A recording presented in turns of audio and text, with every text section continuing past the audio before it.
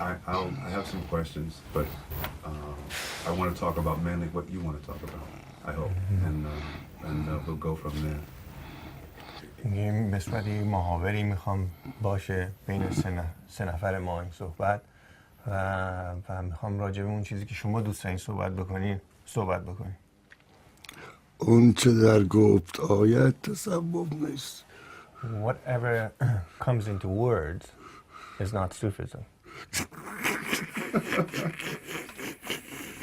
This is a difficult start.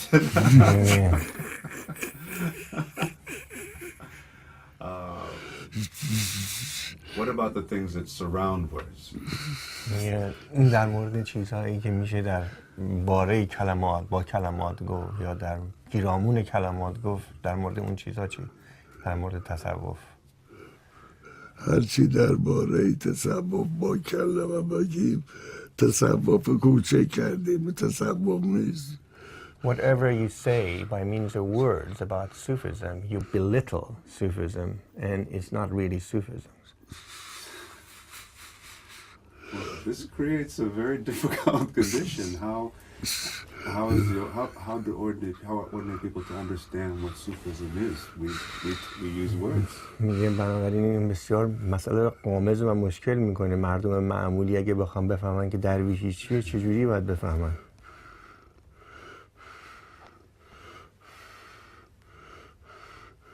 درویشی نیستیه، باید نیست بود تا درویشی رو فهمید. Sufism is nothingness.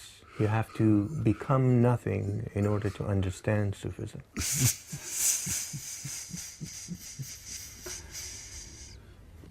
Is this the only way to understand Sufism? It sounds like the only way to understand Sufism is to be a Sufi. Is this what you're saying? میگه بنابراین تنها طریق فهمیدن درویشی اینه که درویش بود. درویشی شدنیست نه شنیدنی.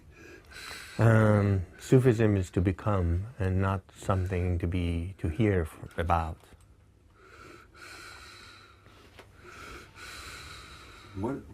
What then is the best way for someone who is sincere and trying to understand becoming nothing? What's the first step? What is the first best thing that they can do? بنابراین کسی که صادق هست و میخواد بفهمه که درویشی چی هست، اولین قدمی که میتونه برداره که بفهمه به نظر شما چی هست؟ با درویش باشه.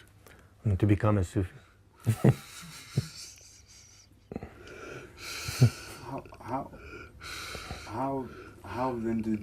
How did you become a Sufi?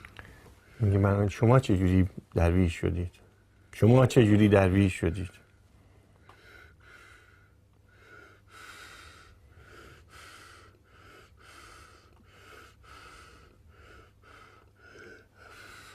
یه راه دیگه هم هست، باید دیوونه شد باید رفت درویش شد.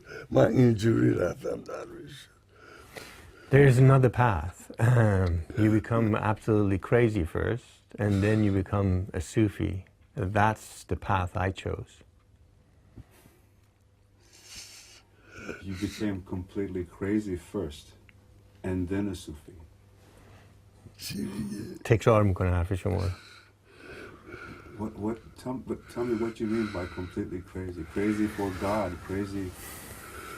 The whole thing. منظورتون چی هست که از دیوانه شدم؟ دیوانه حق، دیوانه چیز دیگه؟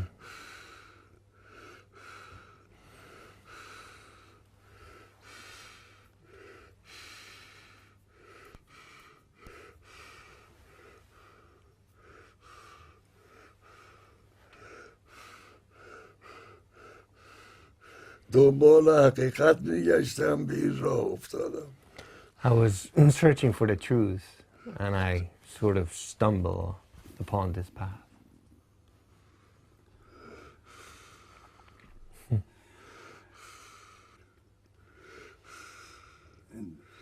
And before you came to this path, what was searching? What did you do in searching? And some people go to churches, some people go crazy searching and still never find the truth. What did you do? میگه قبل از اینکه وارد درویشی برین چجوری شما این جستجو رو میکردین؟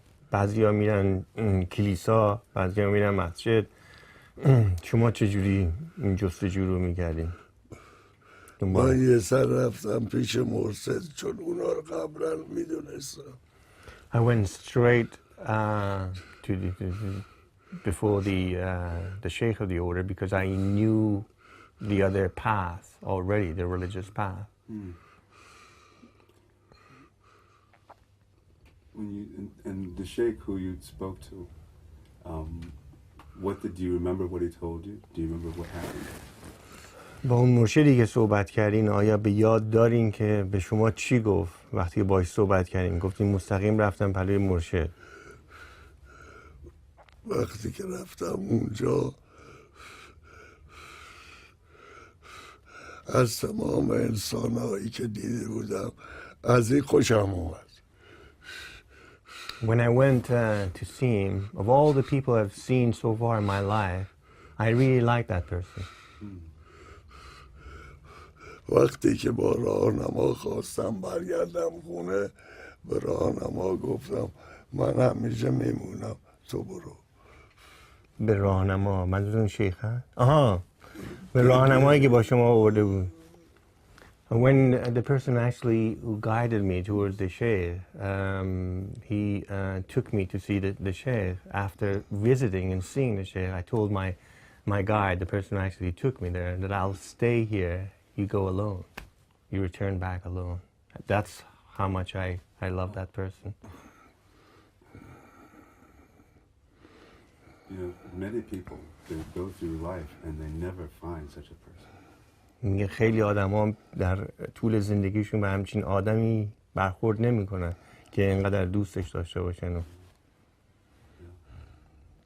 گفتم که اون چه در گفت آیت تصوف نیست. من هرچی به شما بگم تصوف نیست. As I've explained to you already, whatever has been said in words is not Sufism, so whatever I say does not really do justice to them. باید صوفی شد تا فهمید صوفی کیست. You have to become a Sufi in order to understand what Sufi is, who Sufi is. I'm thinking about people who may watch this and may be struggling with this question of ego. Mm-hmm. And it seems to me that there's a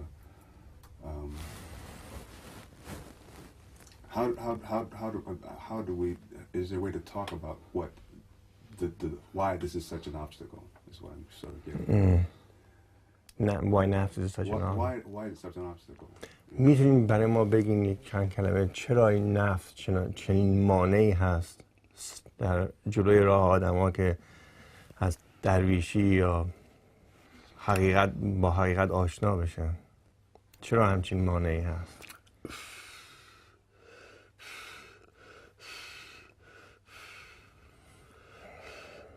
نفس میشه من. Nafs, in other words for nafs is I.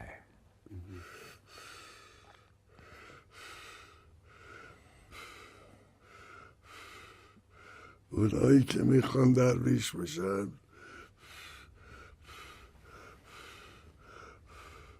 منشونه در اول قدم فراموش میکنن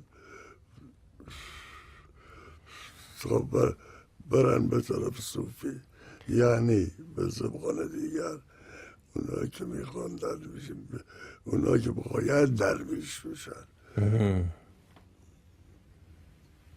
منشونه فراموش میکنن و مجذوب من دیگری که استاد باشه میشن. First, you said that when the persons who want to be Sufi, they forget their ego and then he changed and said the ones who are meant to be a Sufi, they trying to forget, they will forget their ego and obliterate their ego in the ego of the persons who they love, which is their guide. If you're meant to be a Sufi, if you're not meant to be a Sufi, then what happens to that person? میگه شما فرمودین که کسایی که باید درویش بشن منشون رو فراموش میکنن در استاد. تکلیف بقیه چیه؟ کسایی که نباید به اصطلاح نمیتونن درویش بشن و میخوان راجع به درویشی بفهمن، تکلیف اونا چیه؟ لازم نیست همه بفهمن. It's not necessary that everybody knows what Sufism is.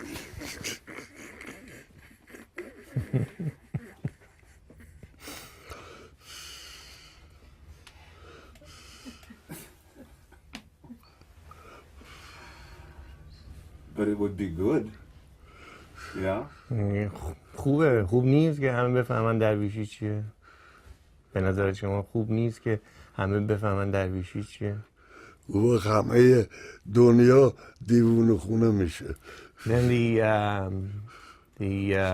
the whole world turn out to be a lunatic asylum.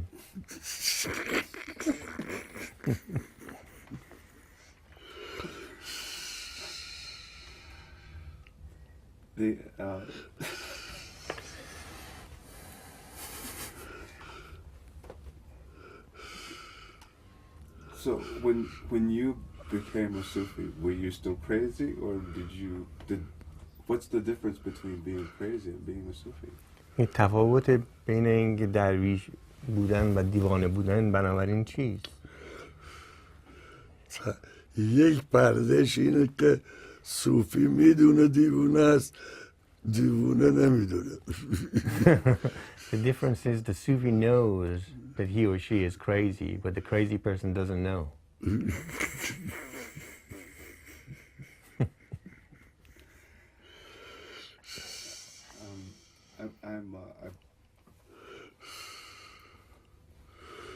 Can you talk a little bit about is the craziness that you're talking about, is it the same as annihilation and God, or is it something different? میگه این دیوانه‌ای که شما در موردش صحبت میکنین آیا همین هست که درویش‌ها بهش میگن فنای فی الله یا فنای در حق؟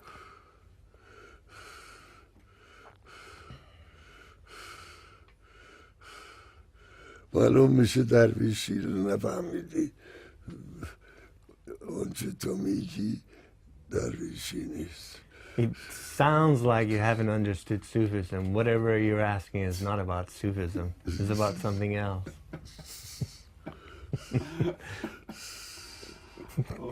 Okay, let's talk about something else. بنابراین اجازه بدین راجع به یه چیز دیگه صحبت بکنیم.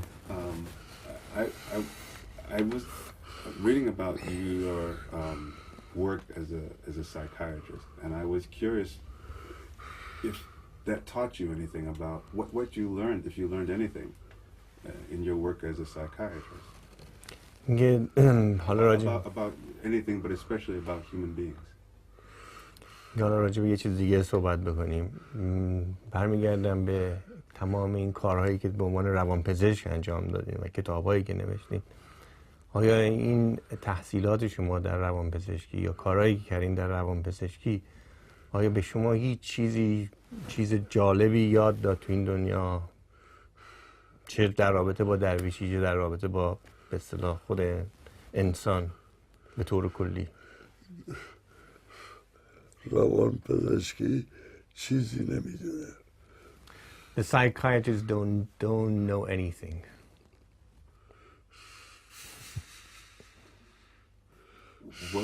What did you do?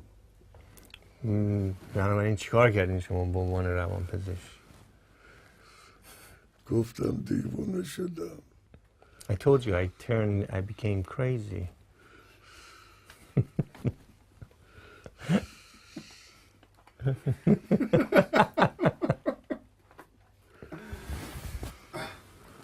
آب میخوریم آقا جون.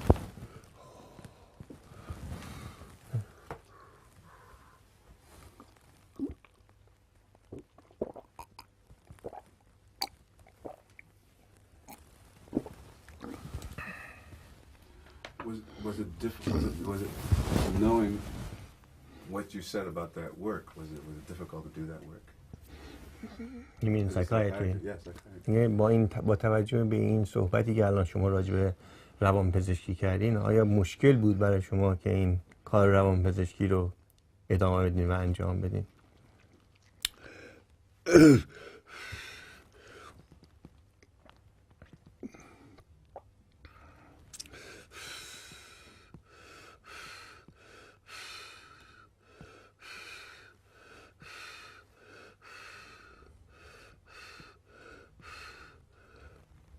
مثل میمونه که یک استاد حقیقتی ره بخوای بهش بره دنبال گوبازی.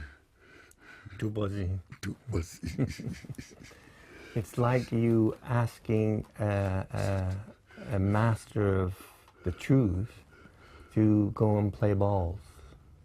It's like that. You know, you understand what he's saying? Yeah, I understand what he's saying. Yeah. So he was basically playing ball. Baseball, just playing.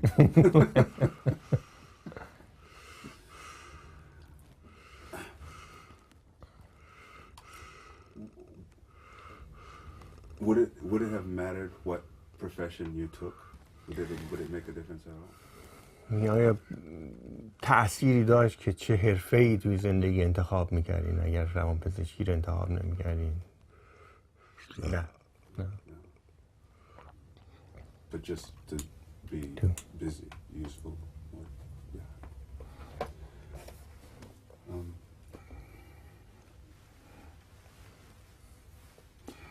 Why is it so important for dervishes to work? چرا این مهم هست برای درویش‌ها که کار انجام بکنن، که در شغلی داشته باشن تو این دنیا و کار بکنن؟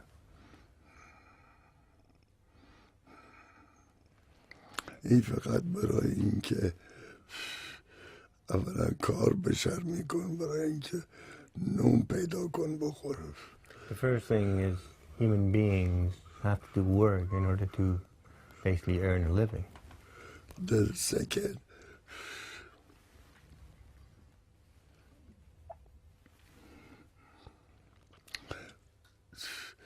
میخواد بدونه که اینایی که مردم بهش اعتقاد دارن چیه و بفهمه که اینا همه پوچه. And secondly, Darwish wants to find out what are these things that the rest of humanity believe in, and then having found out that what they believe in, then he understands the rest is totally absurd.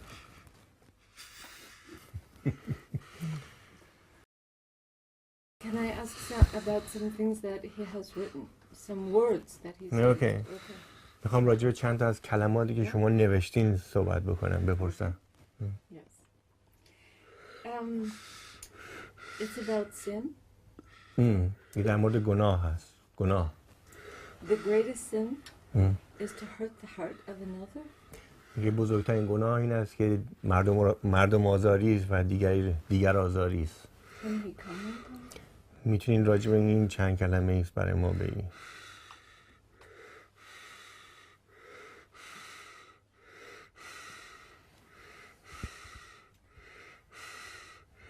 با مردم میخوای صحبت کنی دو جنبه داره. یکی با من و ما میخوای صحبت کنی با اونا که این چیز خوبی نیست، باعث آزارش. یکی این که بی من و ما میخوای صحبت کنی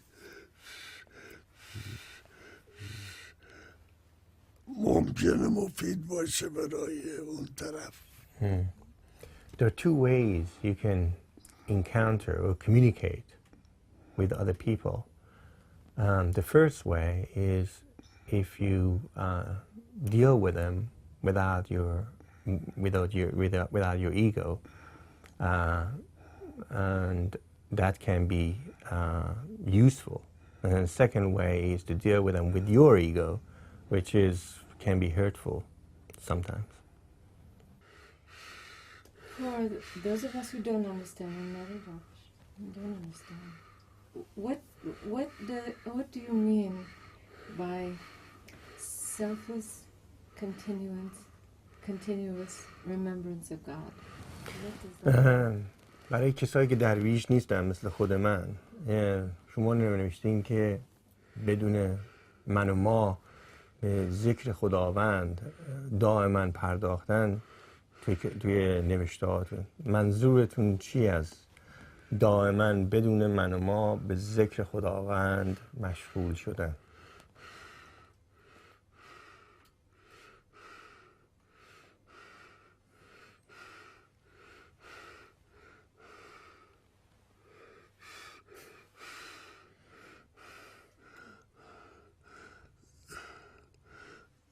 دو چیز هست، یکی بی‌نهایت بودن، بی‌نهایت که مساوی است با صفر. بی‌نهایت مساوی است با صفر. یکی این که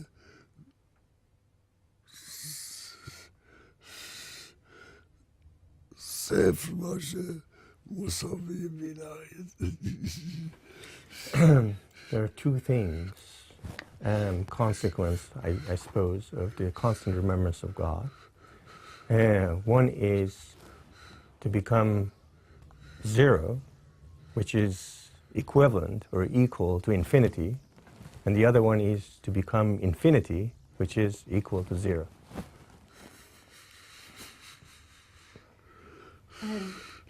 And is both zero and infinity God? میگه آیا هم صفر و هم بی‌نهایت خداوند هست؟ هم صفر و هم بی‌نهایت آیا خداوند هست؟ هر دوتاش؟ اگر تو میخوای این سوالات مذهبی رو بکنی، این مربوط باید بری مسجد. If you want to ask such religious questions, you should go to the mosque.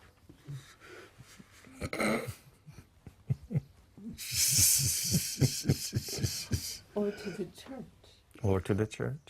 یا برم کلیسا. یا برم. No, makes no difference. What is the difference between Shariat and Tariqat? میگه که یه سوال عقلانی دارم، این است که فرق بین شریعت و طریقت چیست؟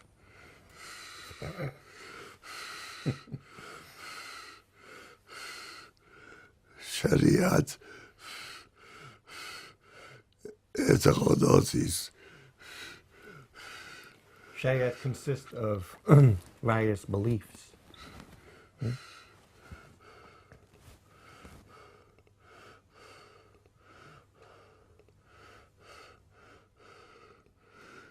طریقت هرچی بوده یاد گرفته ولی قانع نیست. Tariqat, or the path, consists of, or means that the person who've learned everything about everything, didn't say about Shariat, but just completely learned everything, is not content thereby taking the path of the path of Tariqat. And the path of Tariqat is the path of devotion and love, is that? این طریقت راه عشق و خدمتشون ارادت هست. منظور از طریقت این یه راهش. This is one way of looking at it. Is there another way of looking at it? یه راه طور دیگه هم هست که به این نگاه کرد به طریقت. بعدد افراد In accordance to the number of people, there are different paths. Are there different Sufi paths? راههای صوفی متعددی هم هست، راه تصوف متعدد هم هست. وقتی این راههای متعدد هست منظورتون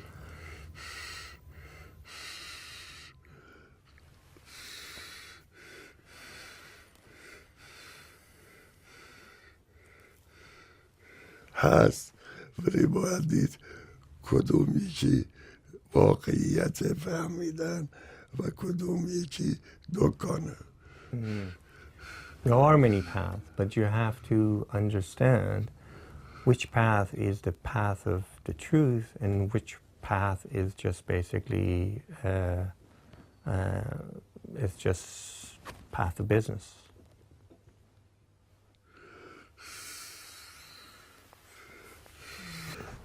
I think it would be easy for me to understand what the path of business was. میگه برای من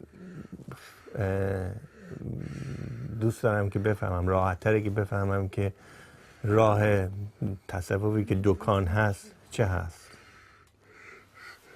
راحت‌تر اینه که تصوف راه عشق، اون یکی راهش راه عقله. The criteria or the hallmark is that Sufism, real Sufism, is a path of love.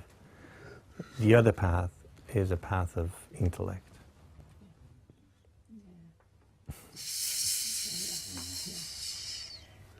It's very difficult. Love is very difficult. عشق خیلی مشکله.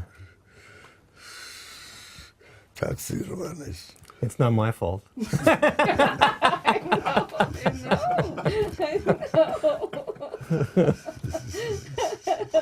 No, it's just an observation.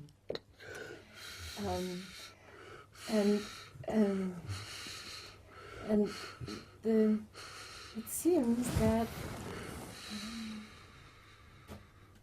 to love requires an open heart.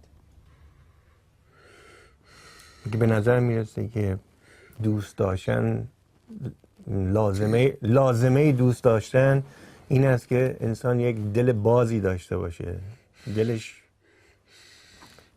باز باشه که بتونه چیزهای مختلف رو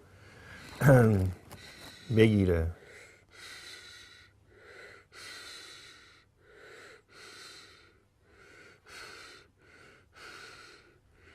لازمه دوست داشتن اینه که منش او یکی بشه. The condition, the precondition of love is that one's ego transform into the other person. So, if you knock on my door and I ask who is there, the answer of love is you are here. Is that?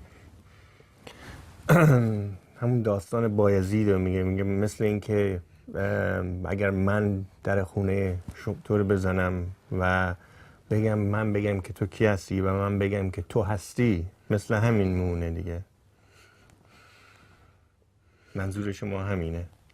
منظور از دوست داشتن همون داستانه که اگر یک نفر عاشق بره در خونه معشوق رو بزنه، معشوق بپرسه کی هست و اون عاشق جواب بده تو، به جای اینکه بگه من. اینجا بایزید میخواه بگی که من تویی در کار نیست، همه اوست. This story that you just said, the Bayezid story, it says the moral of the story is there is no an I, you and I. Everything is he. And the he is? منظورتون از او چیست؟ میگین همه اوست. منظور هستی. existence. And existence is divine, the ocean, God. منظورتون از هستی، منظورتون خداوند یا اقیانوس الهی است؟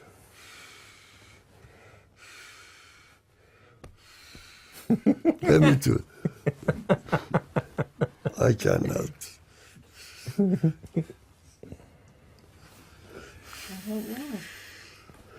It's just words. میگی کلماته. I mean, the business of words really interests me. That because I do understand that Sufism can't be. There's nothing in terms of love or Sufism that can be described in words. I understand that, but words are important. کلمه اشاره میکنه به عقل. The words point towards the intellect.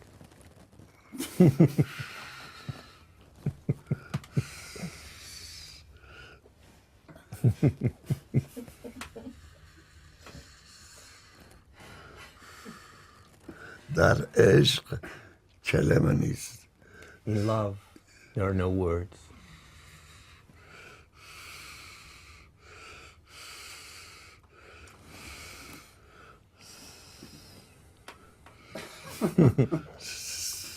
کلمه مر عقله. Words belong to the realm of intellect.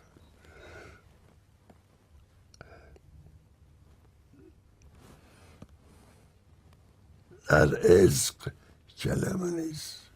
There are no words in love. But a lot of people believe your poetry does not belong to that realm.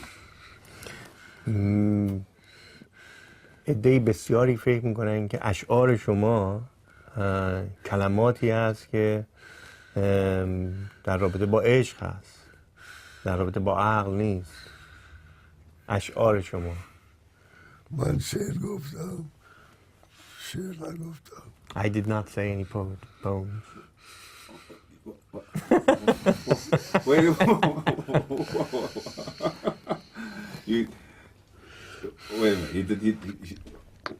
I'm confused by his answer.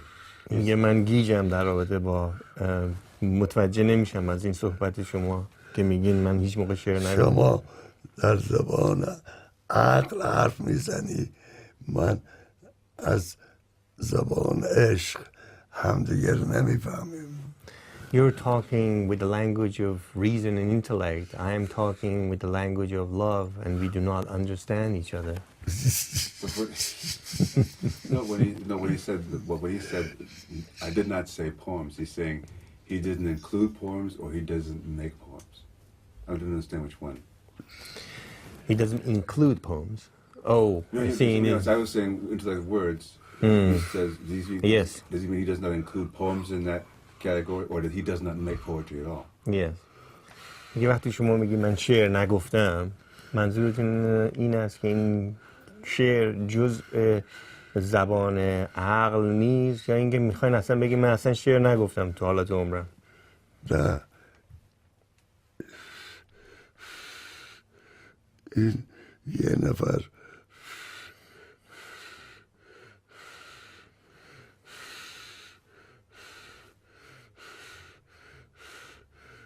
دیوانه شده، حرفایی که حقیقت داره ولی دیگران نمیفهمن میگه.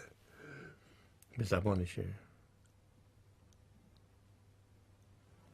بنابراین اشعار کسی که درویش است این مبنای بی‌منمایی است و هر کسی نمیفهمه.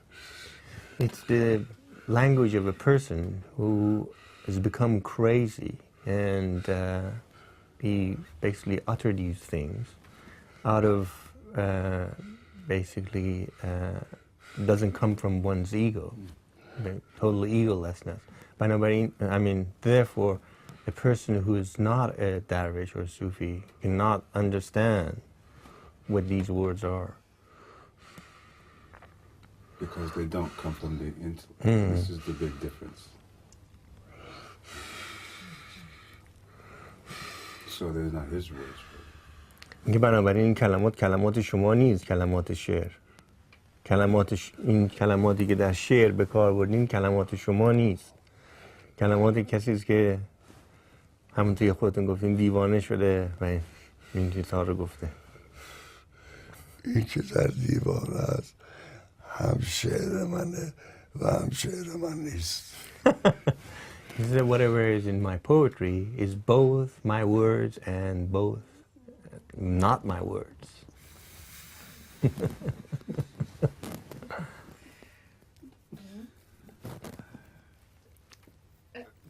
Is your heart open? Is your heart open? My heart is open. I just don't have any words. کلمات دیگه من نمی‌تونم توضیح بدم. کاملا متوجه میشن صحبت‌های شما رو، ولی نمیدونن چی جواب بدن. آقا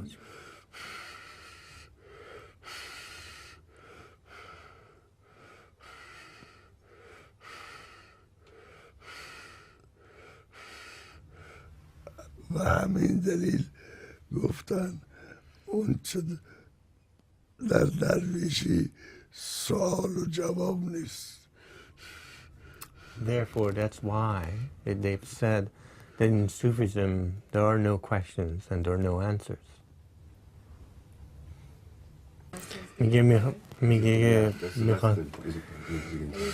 میگه آیا خسته شدین میخواین برای امروز بسه یا میخواین بیشتر صحبت بکنیم؟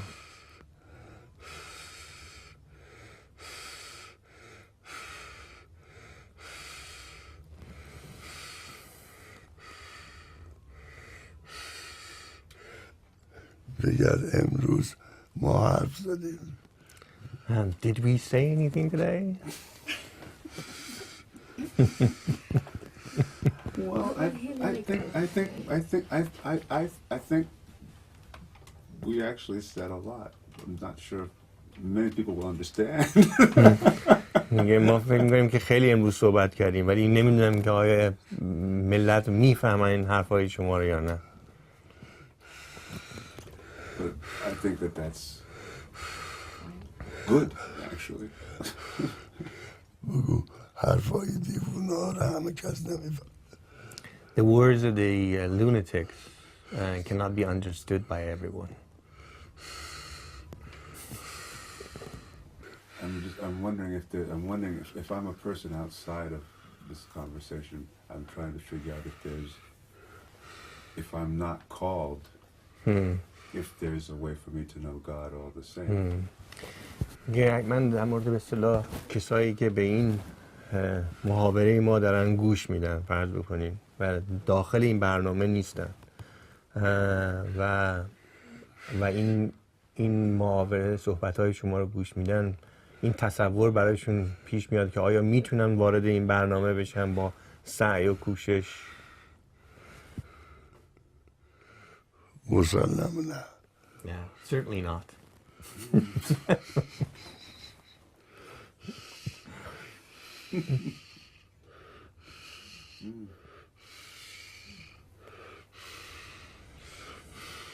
God calls first. خداوند باید اول صدا بکنه شخص. Yes. And probably not with words. نه به صورت با کلمات. Now you're getting. Okay. I think it's a good time to start. I really don't want to. میگه من میخوام دیگه الان دیگه اجازه بدین که این مصاحبه رو امروز تمام بکنیم با شما. خوبه آقا جون؟ Can we come back again tomorrow? میگه میتونیم فردا 2 مرتبه بیاین. Okay. What time? In the afternoon? In the afternoon, if that's good for you. بعد از ظهر خوبه یا صبح؟ بعد از ظهر. Yeah, in the afternoon. Thank you. Thank you. It's beautiful. Thank you. Yeah.